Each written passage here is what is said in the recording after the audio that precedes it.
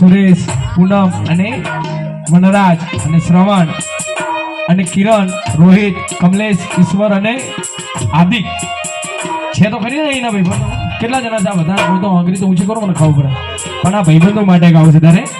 હાલો